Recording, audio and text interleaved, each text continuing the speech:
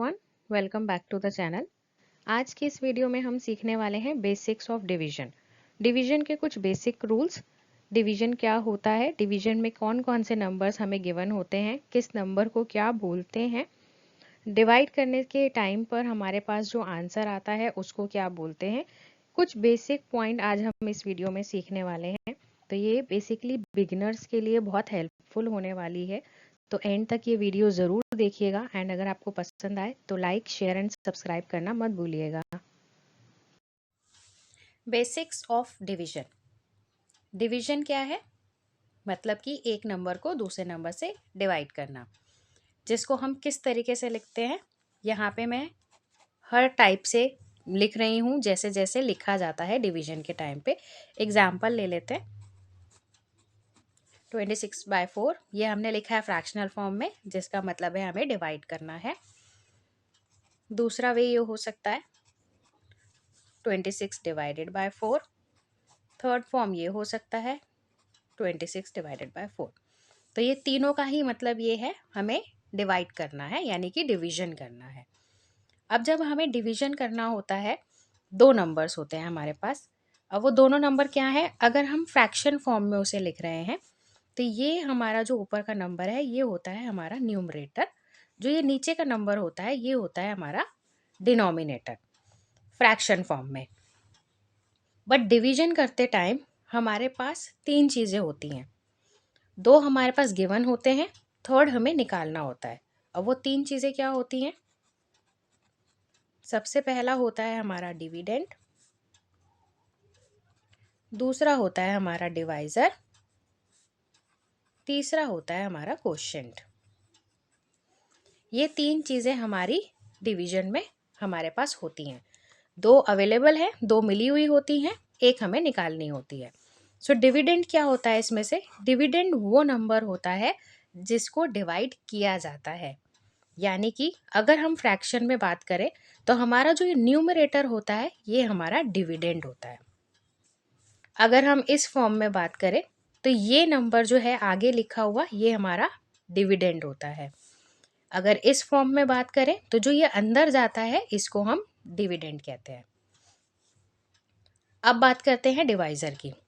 Divisor वो number होता है जिससे डिवाइड किया जाता है, यानी कि फ्रैक्शनल फॉर्म में ये डिनोमिनेटर है हमारा।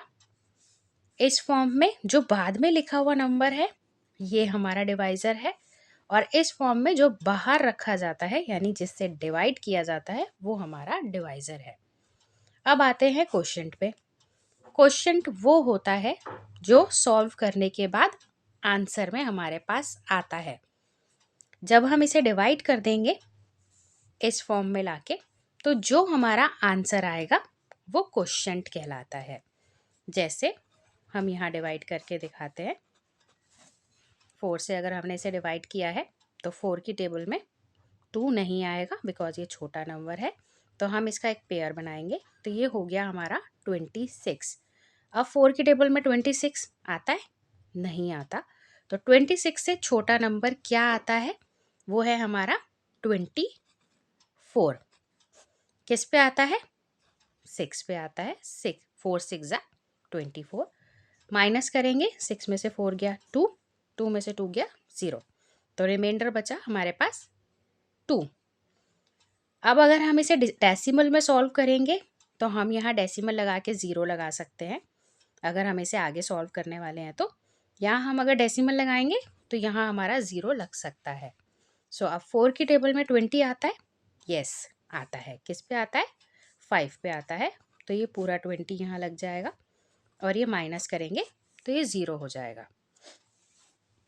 अब इस केस में अगर हमें आंसर हमारा रिमाइंडर पे छोड़ना होता है, अगर मान लेते हैं हमें डेसिमल में आंसर नहीं लिखना है, तो डिवीजन में हमारे पास डिविडेंड, डिवाइज़र, क्वोशिएंट के अलावा एक नंबर और आ जाता है, वो होता है हमारा रिमाइंडर।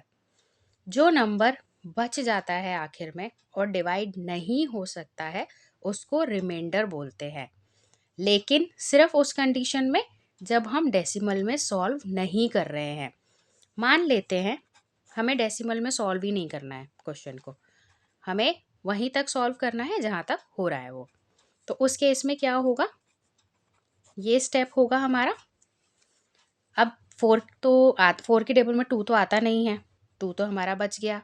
सो जो ये 2 बच गया है ना, ये 2 है हमारा रिमाइंडर। तो हमारे पास डिवीजन में 4 चीज़ें होती हैं। डिविडेंड डिवाइज़र ऑलरेडी गिवन होगा, सॉल्व करने के बाद क्वोशंट निकल जाएगा। अगर उसमें नीचे कुछ बच जाता है तो वो रिमाइंडर होगा, और रिमाइंडर जो है वो हर केस में नहीं बचता। हो सकता है यहाँ 0 आ जाए, पूरा सॉल्व हो जाए, तो उस केस में हमारे पास रिमाइंडर नहीं रहेगा। तो डिवीजन के ये कुछ बेसिक पॉइंट्स हैं, जैसे कि क्या क्या हमारे पास होता है, क्या हम निकालते हैं, क्या हमारे पास बच सकता है।